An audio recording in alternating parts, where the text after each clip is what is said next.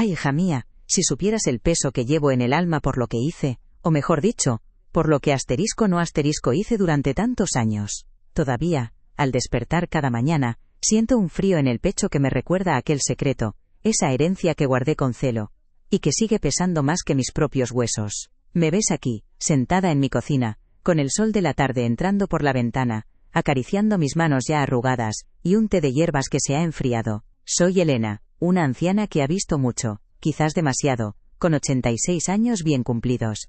La vida me ha enseñado que las cicatrices más profundas no son las que se ven, sino las que se llevan por dentro, las que te marcan el alma, y la mía está llena de ellas, de verdades a medias y de silencios, que se hicieron demasiado grandes para ser rotos, pero hoy es diferente, hoy siento que es el momento de desatar nudos.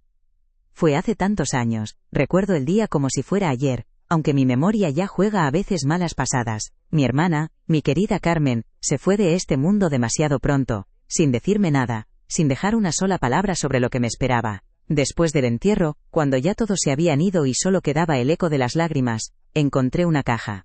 Una simple caja de madera de olivo, de esas que mi padre tallaba con tanto amor para guardar sus herramientas, y dentro, no solo sus recuerdos más preciados, sino la prueba de una injusticia que me rompió por dentro, una verdad tan amarga que me dejó sin aliento, una herencia que podría haberlo cambiado todo, que podría habernos salvado a todos en nuestra miseria, pero que ella había ocultado, y que yo, por cobardía o por un amor mal entendido, elegí seguir escondiendo.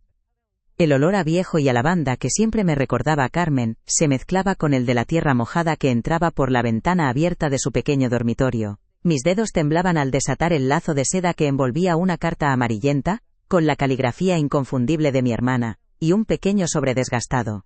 Las palabras de Carmen, escritas con su puño y letra, hablaban de una propiedad en el pueblo, de un dinero que mi tío, el muy desalmado, nos había robado a sus espaldas, a nosotras, sus sobrinas, cuando éramos unas niñas. Describía cómo él había manipulado los papeles, cómo había aprovechado nuestra inocencia y la enfermedad de mi madre para quedarse con lo que era nuestro por derecho, y ella lo sabía y por miedo a las represalias, a la vergüenza, lo había callado toda su vida. Sentí que el suelo se abría bajo mis pies, la respiración se me cortó, y un nudo helado se formó en mi garganta apretando hasta casi ahogarme. ¿Cómo pudo guardarse semejante secreto, dejar que viviéramos con tan poco, sabiendo que teníamos lo nuestro? Mis ojos recorrieron las líneas una y otra vez, buscando una explicación, una disculpa, algo que mitigara el ardor de la traición. La luz de la tarde se filtraba entre las cortinas de encaje, iluminando las motas de polvo que danzaban en el aire, como si el tiempo mismo se hubiera detenido para que yo digiriera aquella cruel revelación. El silencio de la casa era ensordecedor, roto solo por el tic-tac monótono del viejo reloj de pared, que parecía burlarse de mi incredulidad. Las lágrimas calientes y amargas empezaron a rodar por mis mejillas, empapando el papel. Y allí, en medio de aquel torbellino de emociones, con la carta de Carmen entre mis manos temblorosas y la verdad latiendo como un tambor en mi cabeza, tomé la decisión. Una decisión que marcaría el resto de mi vida y la de los míos. El miedo, ese compañero silencioso que tantas veces nos paraliza, se apoderó de mí. Miedo al escándalo, a la confrontación, a la vergüenza que caería sobre nuestra familia si se supiera la verdad del tío, miedo a remover el pasado, a desenterrar viejas heridas que pensé, era mejor dejar dormir. Y así, con el corazón encogido, y la promesa de mi hermana de que este secreto era para mí sola, volví a guardar la caja. La escondí tan bien como pude, en lo más profundo del baúl, sellando con ella no solo la herencia, sino también una parte de mi alma, esa que ahora, al final de mi camino, me pregunto si fue un acto de amor, o mi mayor error. Y sí. Aquel día, con la carta de Carmen entre mis manos, me sentí como una funambulista en la cuerda floja, con mi pasado a un lado y un futuro incierto al otro. ¿Cómo no iba a esconderlo? Crecí en un tiempo donde la vergüenza era una losa más pesada que cualquier pobreza, donde el honor de la familia se defendía con uñas y dientes, y los secretos se guardaban bajo 7 llaves. En mi cabeza resonaban las voces de mi madre y mi abuela diciéndome siempre: Elena, la ropa sucia se lava en casa. Y esa herencia, esa verdad tan amarga, era la ropa más sucia que jamás había visto. Era como si la vida entera me hubiera preparado para ese momento, para esa decisión, forjándome en el fuego de la necesidad y el silencio. Mi infancia, la recuerdo como un lienzo lleno de claroscuros. Vivíamos en una casita pequeña, de paredes encaladas, con un patio donde florecían geranios, y el aroma a tierra mojada se mezclaba con el del puchero de mi madre.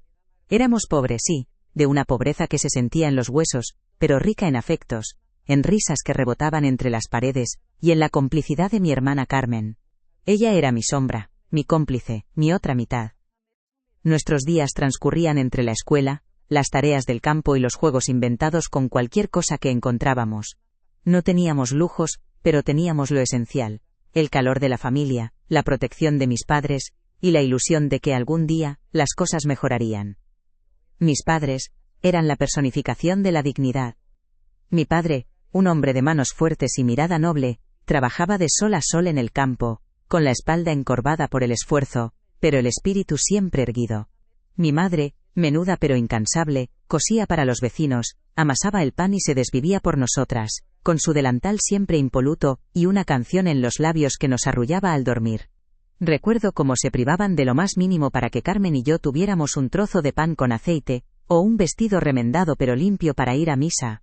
Su amor era una fortaleza, un refugio inquebrantable, y nos inculcaron el valor del trabajo, la honestidad y sobre todo, la discreción. No hay que dar motivos para que la gente hable, repetía mi madre.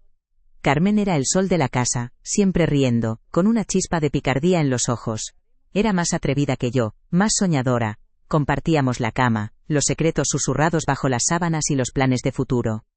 Ella quería ser maestra, yo solo soñaba con tener una casa como la de mis padres, pero sin las estrecheces, sin esa preocupación constante por llegar a fin de mes. Nos prometimos que siempre nos cuidaríamos, que jamás nos abandonaríamos. Ese lazo, el de hermanas, era sagrado. Y por eso, cuando encontré la carta, ese juramento se retorció en mi pecho, como un cuchillo, porque sentí que ella, sin quererlo, lo había roto primero al guardar ese secreto tan grande. Nuestro pueblo era un nido de historias y miradas, todos se conocían, todos sabían de todos, y la opinión del vecino pesaba como una sentencia. La honra era el bien más preciado, y cualquier mancha, por pequeña que fuera, podía condenarte al ostracismo.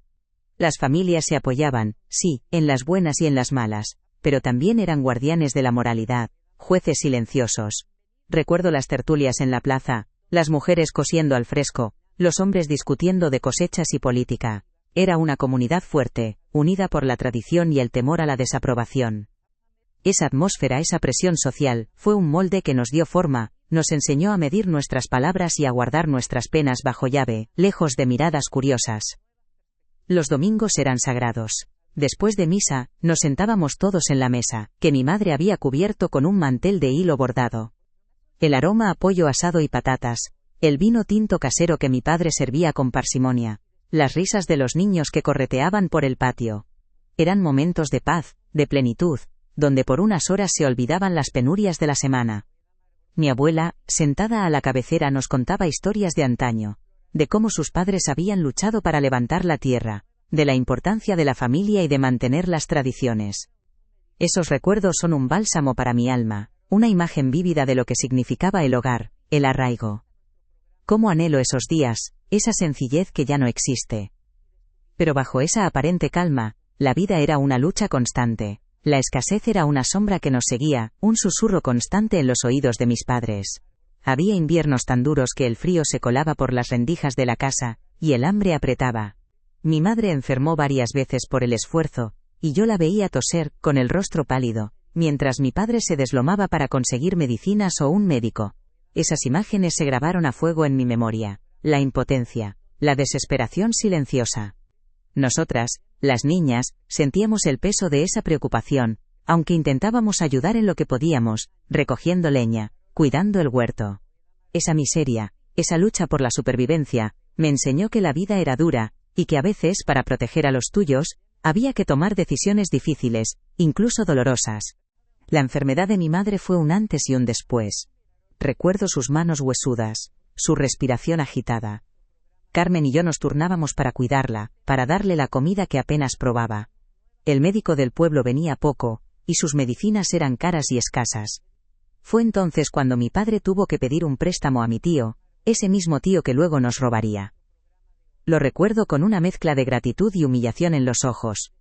Aquellos días me enseñaron la fragilidad de la vida y la crueldad de la necesidad, pero también la fuerza para sobreponerse. Ver a mis padres luchar con tanta entereza me hizo jurar que yo, si algún día tenía hijos, los protegería de cualquier penuria, de cualquier vergüenza. Conocí a Antonio en las fiestas del pueblo. Era alto, con una mirada limpia y una sonrisa que me derretía. Recuerdo el primer baile, sus manos firmes en mi cintura, el sonrojo que me subía hasta las orejas. Me sentí la mujer más afortunada del mundo. Él era de una familia humilde, como la nuestra, pero trabajador, y con la ambición de ofrecerme una vida mejor, o al menos, una vida digna. Nos casamos un otoño, con una ceremonia sencilla, pero llena de promesas y esperanzas. Empezamos de cero, con lo puesto, pero con el corazón lleno de ilusiones. Construimos nuestra pequeña casa ladrillo a ladrillo, con el sudor de nuestra frente, soñando con el día en que tendríamos nuestros propios hijos corriendo por el patio. Y llegaron, uno tras otro, mis 4 hijos. Manuel, el mayor, con el carácter fuerte de su padre. Luego María, mi niña bonita con la dulzura de su abuela. Después Juan, el travieso. Y por último la pequeña Ana, mi consuelo.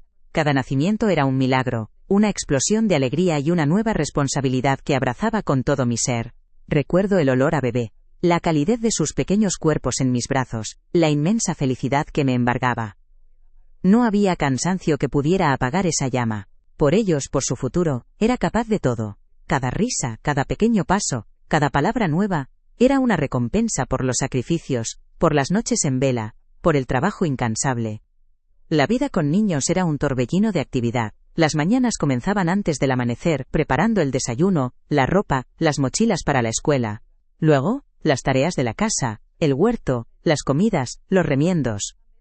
Por las tardes, ayudar con los deberes, escuchar sus cuentos, secar sus lágrimas. Y por las noches, cuando por fin se dormían, Antonio y yo nos sentábamos en silencio, agotados pero felices, planeando el día siguiente, soñando con darles una buena educación, con que tuvieran más oportunidades de las que nosotros habíamos tenido. El dinero siempre escaseaba, pero el amor abundaba, y eso, creíamos, era lo más importante.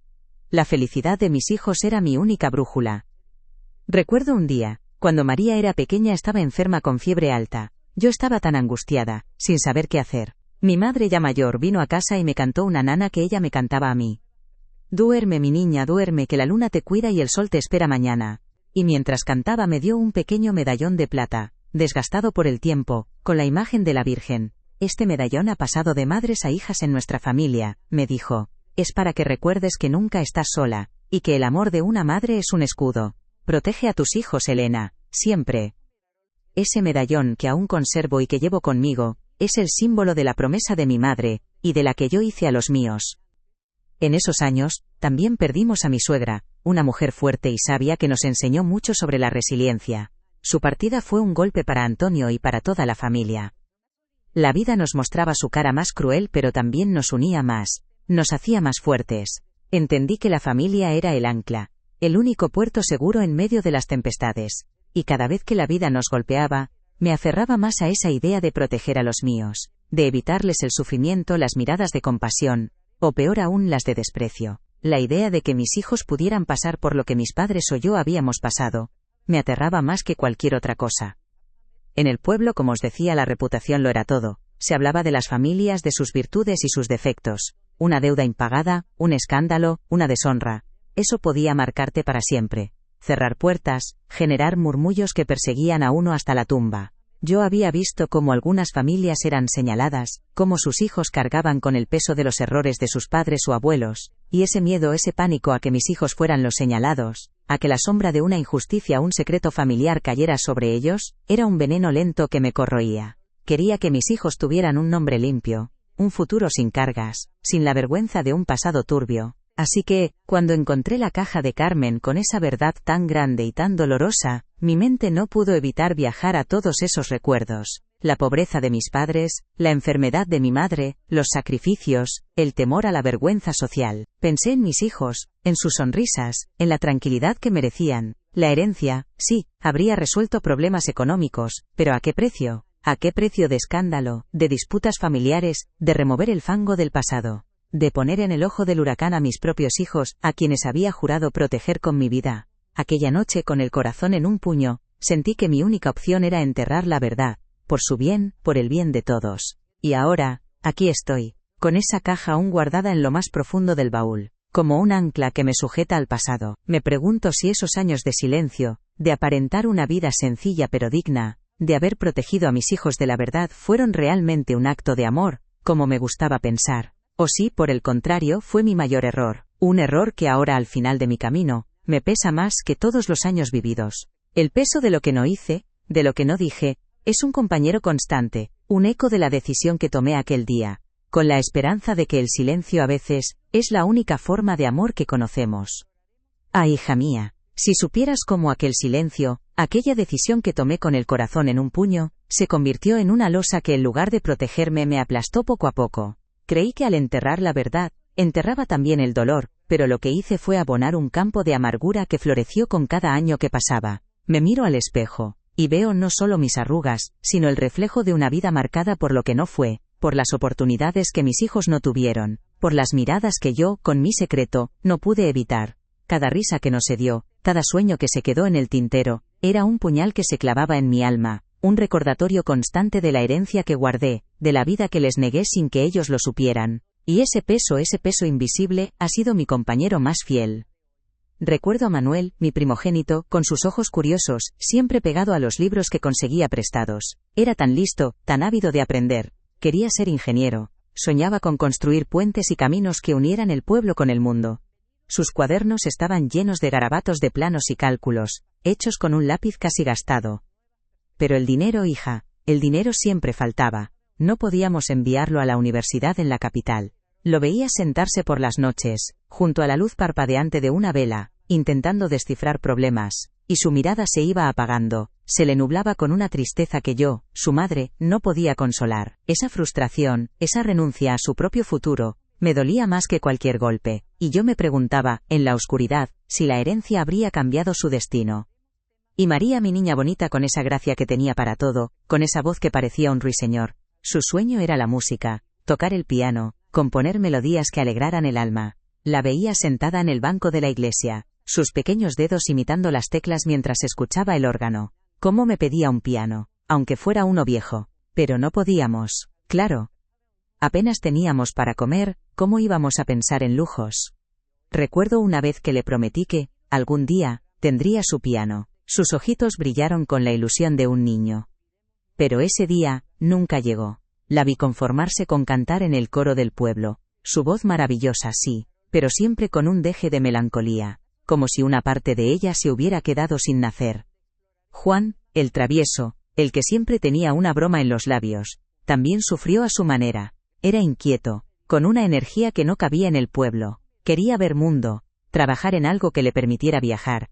Pero sin estudios, sin un buen oficio, las opciones eran limitadas. Se juntó con unos muchachos que no eran muy de fiar, y aunque nunca hizo nada grave, la gente empezó a murmurar, a señalarlo. Mi corazón se encogía cada vez que escuchaba un comentario, cada vez que veía la desconfianza en los ojos de los vecinos. Y si con otra vida, con otras oportunidades, Juan hubiera encontrado su camino sin tanta dificultad, la culpa me roía por dentro, imaginando que mi silencio les había cerrado puertas, les había empujado a caminos más difíciles.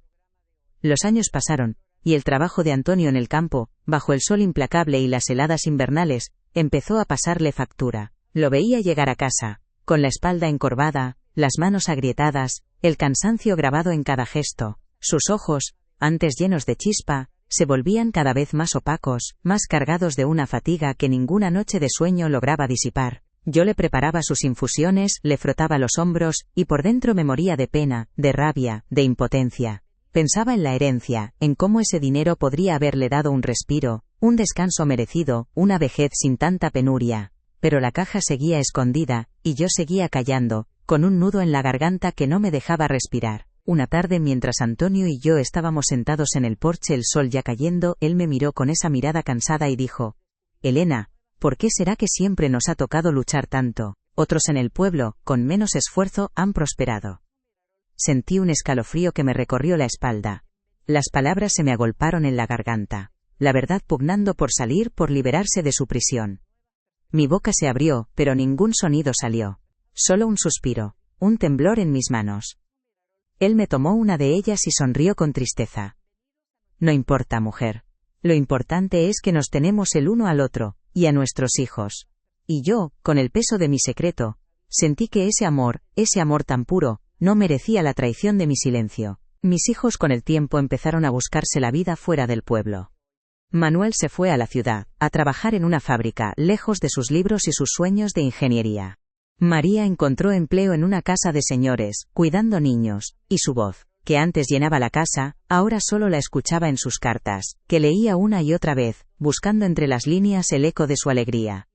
Juan se alistó en el ejército, buscando aventuras y un futuro incierto. Y Ana, la pequeña, se casó con un hombre de un pueblo cercano, y aunque estaba cerca, ya no era la niña que correteaba por el patio. El silencio se fue apoderando de la casa, un silencio que resonaba con las ausencias, con los sueños rotos, con lo que pudo haber sido y no fue. Las visitas se hicieron cada vez más esporádicas. Al principio venían por las fiestas, por Navidad.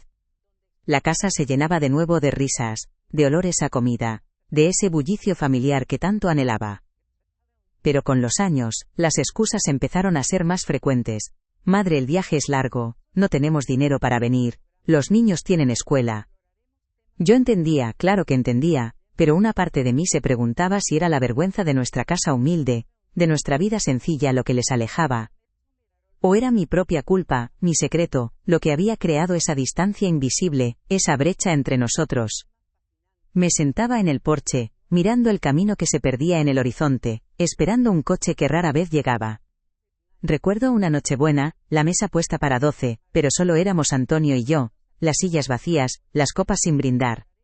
Había preparado el pavo con todo mi cariño, había puesto el mantel de hilo, que mi madre me bordó. Pero el sabor de la comida era amargo, y el vino no calentaba el alma. Antonio, con su habitual entereza, intentó animarme, pero sus ojos también reflejaban la pena. Ya vendrán, Elena, ya verás, la vida es así. Pero yo sabía que algo se había roto, que la distancia no era solo geográfica. Era como si mi secreto, como una grieta en los cimientos de la casa, hubiera ido separando las paredes, creando un vacío que ninguna palabra podía llenar. En el pueblo los comentarios no tardaron en llegar. Pobres Elena y Antonio, tan solos ahora, sus hijos no se acuerdan de ellos. Yo escuchaba los susurros, en la panadería, en la plaza, en la iglesia.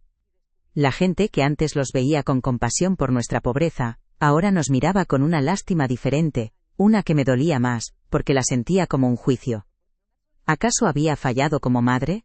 Había sido mi decisión de protegerlos de la vergüenza la que irónicamente, nos había condenado a esta soledad, a esta forma de abandono. Me sentía como una paria, como si mi secreto sin ser conocido, irradiara una energía que nos alejaba de los demás, de la calidez de la comunidad. Una vez, mi nieta, la hija de María, vino de visita. Tendría unos 10 años. Estaba acostumbrada a la comodidad de la ciudad. Miró nuestra casa, tan pequeña, tan humilde, con los ojos llenos de una curiosidad que no supe descifrar. Abuela, ¿por qué no tenéis una casa más grande como la de mis amigos?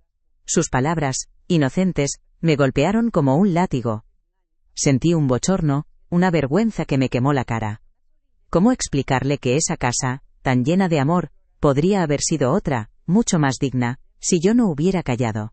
Le acaricié el pelo, y solo pude decirle, esta es nuestra casa, mi amor, y está llena de historias.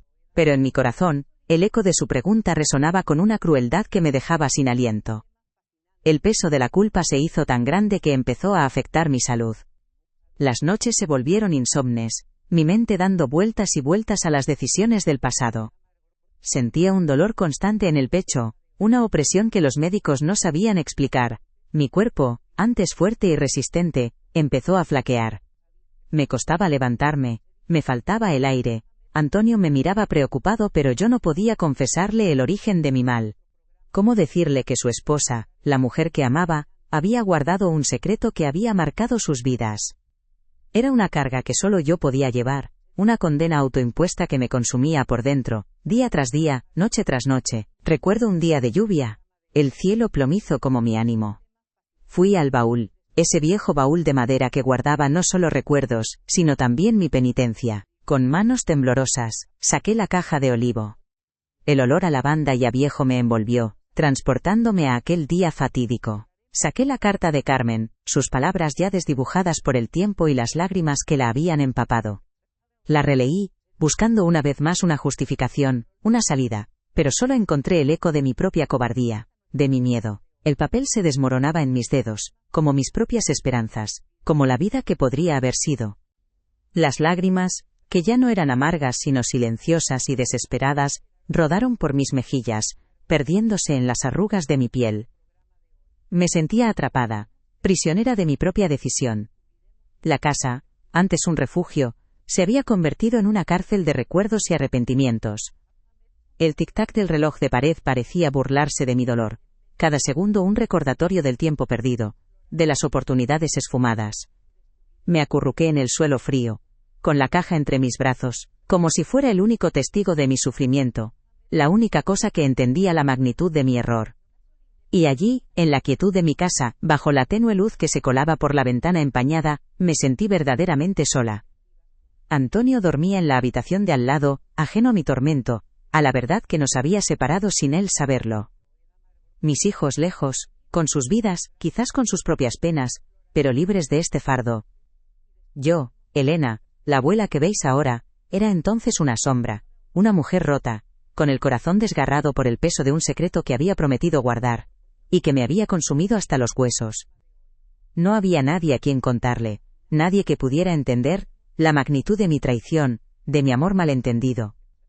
El silencio de la noche era ensordecedor, solo roto por el golpear de la lluvia contra los cristales, un sonido que parecía llorar conmigo. Me preguntaba si había un infierno para los que, creyendo hacer el bien, causan un mal tan profundo. Sentía que mi alma se encogía, se hacía pequeña y desvalida, como un pájaro herido. La soledad era un frío calado que me penetraba hasta los huesos, y por primera vez en mi vida, no sentía la calidez de mi familia, ni la protección de mi hogar, ni el consuelo de la fe. Solo el vacío, inmenso y aterrador, de una vida vivida bajo una sombra, una vida donde el amor se había confundido con el miedo, y el silencio con la condena. ¡Ay, hija! Y allí estaba yo, consumida. La lluvia golpeaba los cristales, pero el verdadero diluvio era el que sentía dentro de mí. Cada respiración era una punzada, cada latido un eco de arrepentimiento. El frío de la noche no era nada comparado con el que me calaba los huesos por la culpa. Me miraba las mismas manos que habían acariciado a mis hijos, que habían trabajado la tierra, y me preguntaba cómo habían podido ser tan débiles, tan cobardes, para guardar un secreto que nos había carcomido la vida. El baúl, con su caja de olivo, no era un guardián de tesoros, sino una tumba de oportunidades, de risas que no se oyeron, de sueños que se desvanecieron. Sentía que el corazón se me encogía hasta volverse una piedrecita helada en el pecho, y las lágrimas se me secaron, dejando solo un ardor en los ojos. La soledad, hija mía, la soledad era mi única compañera en aquel tormento, y era más cruel que cualquier castigo. Y en medio de esa oscuridad, de ese pozo sin fondo, un aroma se coló por mis recuerdos, tan tenue como el hilo de una araña, pero tan real, que me hizo cerrar los ojos. No era el olor a lavanda de la caja de Carmen, no. Era el perfume de la lana recién lavada, de la cera de abeja con la que mi abuela frotaba su rueca, del hilo de lino que se deslizaba entre mis dedos. Era el olor de la tarde, cuando el sol se colaba por la ventana de la cocina y yo, siendo una niña, me sentaba junto a ella, observando sus manos hábiles, el vaivén de la aguja, el patrón que nacía bajo sus dedos con una magia que me hipnotizaba. Aquella imagen, aquel dulce recuerdo, fue como una pequeña llama en la inmensidad de mi pena, un susurro de un tiempo en el que mi alma no estaba tan herida, un tiempo donde la belleza nacía de la paciencia y el amor. Porque sí, hija, yo también tenía un don, no era un tesoro de oro, ni una propiedad, pero era mío, y lo llevaba en las manos. Desde muy pequeña, mi abuela me enseñó a bordar, a tejer, a transformar simples hilos en obras de arte. No era solo coser para remendar, no. Era el arte de los encajes de bolillos, de los bordados de lagartera, que aprendí a hacer con una precisión que asombraba a cualquiera. Mis dedos, ágiles y pacientes, creaban flores que parecían reales, paisajes diminutos en los pañuelos de hilo, cenefas complejas que adornaban los manteles de la casa. Era una habilidad que iba más allá de lo práctico, era una forma de expresión, un pedacito de mi alma que se tejía en cada puntada. Aquel don, hija, era mi propio secreto, mi refugio silencioso. Recuerdo cómo las vecinas, cuando venían a casa de mi madre, se quedaban maravilladas con mis trabajos. «Elena, ¿qué manos tienes?», decían, «parece cosa de hadas». Mi abuela sonreía, orgullosa, pero mi madre, Con su habitual prudencia, siempre respondía: «Es un buen pasatiempo, para tener la mente ocupada». Nunca se planteó que aquello pudiera ser algo más. En aquel tiempo, hija, las mujeres trabajaban en casa, cuidaban de la familia, y si cosían, era por necesidad, no por arte. La idea de que una muchacha del pueblo pudiera ganarse la vida con un bordado exquisito era casi impensable, una fantasía. Y yo, obediente y humilde, no le di más importancia. Creía que era simplemente un don para embellecer el hogar, una distracción para mis ratos libres, nada más. ¿Por qué lo guardé? ¡Ay, hija mía! Por las mismas razones que guardé la carta de Carmen, pero de otra manera. Primero, la vergüenza. ¿Cómo iba a ser yo, Elena, la hija de labradores, una artista del hilo? No era propio. Luego, el miedo a ser diferente, a destacar en un pueblo donde la uniformidad era la norma.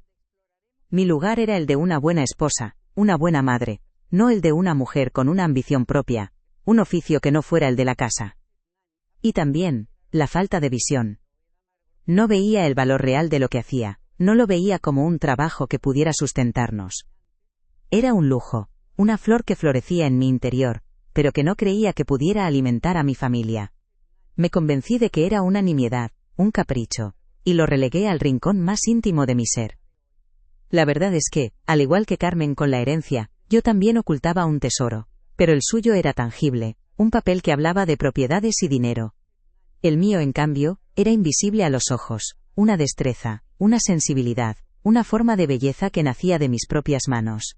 Carmen, por miedo a la confrontación y a las represalias del tío, se calló. Yo, por miedo a la desaprobación, a ser malinterpretada, a la vergüenza de salirme del molde, también guardé silencio.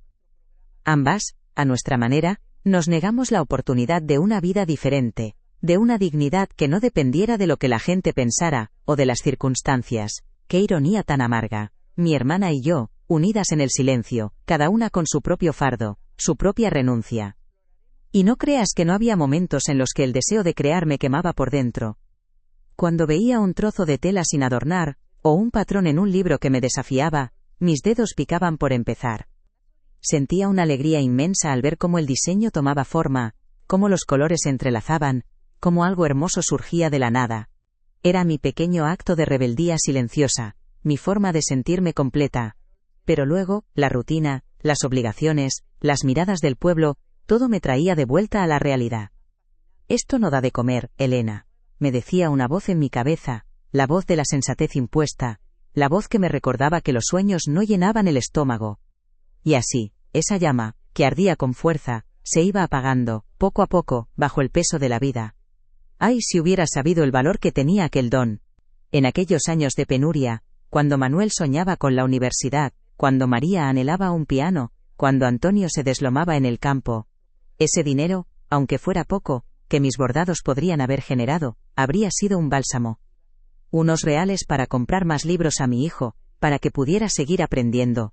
Unas monedas para que María tuviera clases de música, o al menos un instrumento modesto.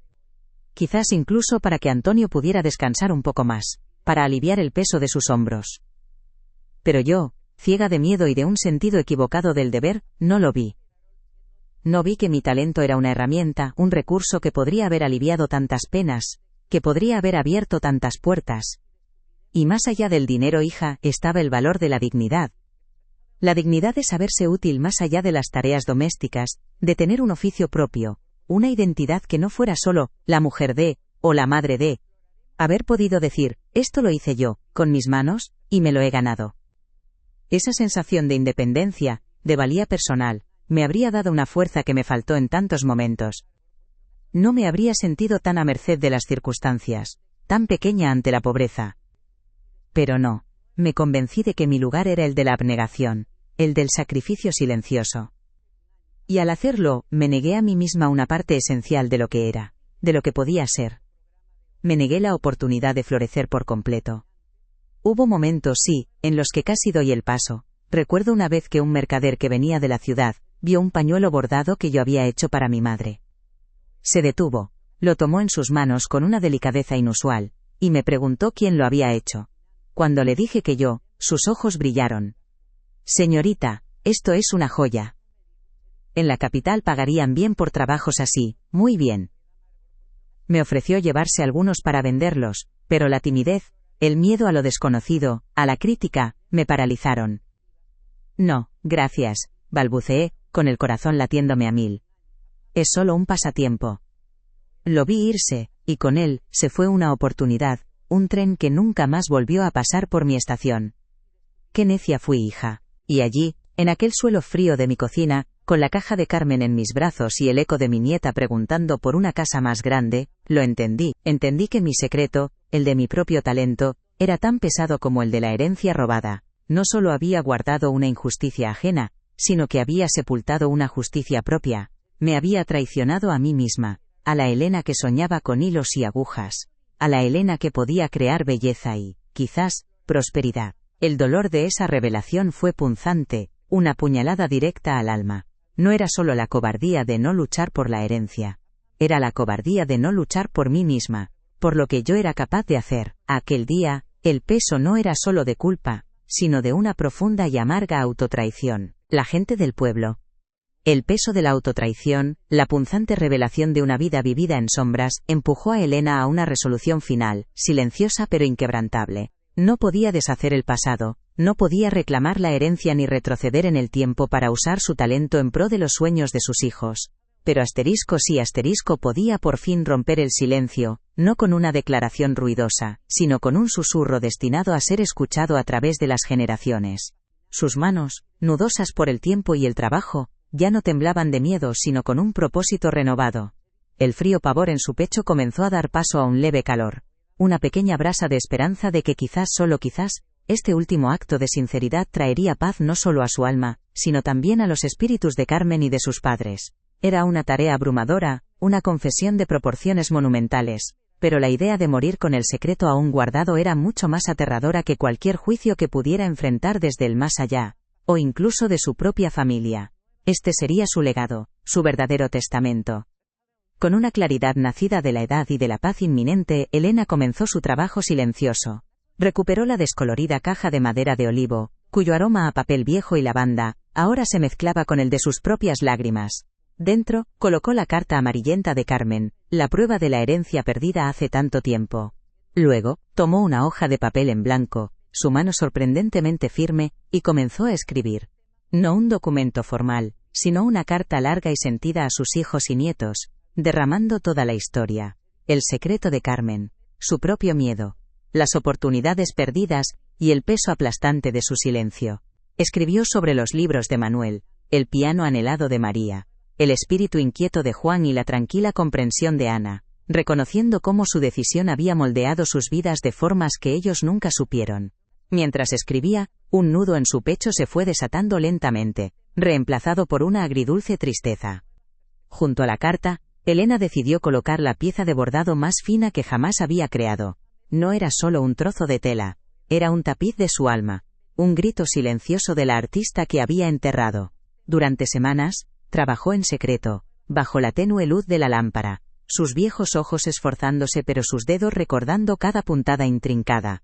Tejió un jardín vibrante, lleno de flores imposibles, una cascada de colores y patrones que hablaban de sueños incumplidos, de belleza suprimida, pero también de un espíritu perdurable. Cada hilo era un recuerdo, cada nudo una lágrima derramada, cada flor una esperanza que una vez había albergado. La textura era exquisita, el diseño complejo, un testimonio del talento que tan tontamente había ocultado. Era su disculpa, su confesión y su regalo final a su familia, una parte de sí misma que trascendía las palabras, una canción silenciosa de lo que podría haber sido. Una vez terminados, la carta sellada con una gota de su propia lágrima y el bordado cuidadosamente doblado, los colocó ambos dentro de la caja de madera de olivo, junto a la carta original de Carmen. Luego, no la escondió en el baúl otra vez. En cambio, la puso en un lugar prominente, aunque discreto, en su dormitorio, un sitio donde seguramente sería encontrada después de su fallecimiento. En el estante superior de su viejo armario, debajo de una pila de sábanas de lino, casi como si esperara ser descubierta. Una profunda sensación de liberación la invadió, una ligereza que no había sentido en décadas. El dolor constante en su pecho se alivió, y por primera vez en lo que pareció una eternidad, durmió profundamente, soñando no con arrepentimientos, sino con vastos campos abiertos bajo un cielo sin el peso de los secretos. Sabía que la verdad podría dolerles, Podría generar preguntas, pero era una verdad que merecían, un legado de honestidad que finalmente les legaba. Ahora, aquí estoy, hija mía, con mis 86 años bien cumplidos, y el corazón, aunque cansado, más ligero que nunca. Esa caja, con mi historia y la de Carmen, está esperando su momento.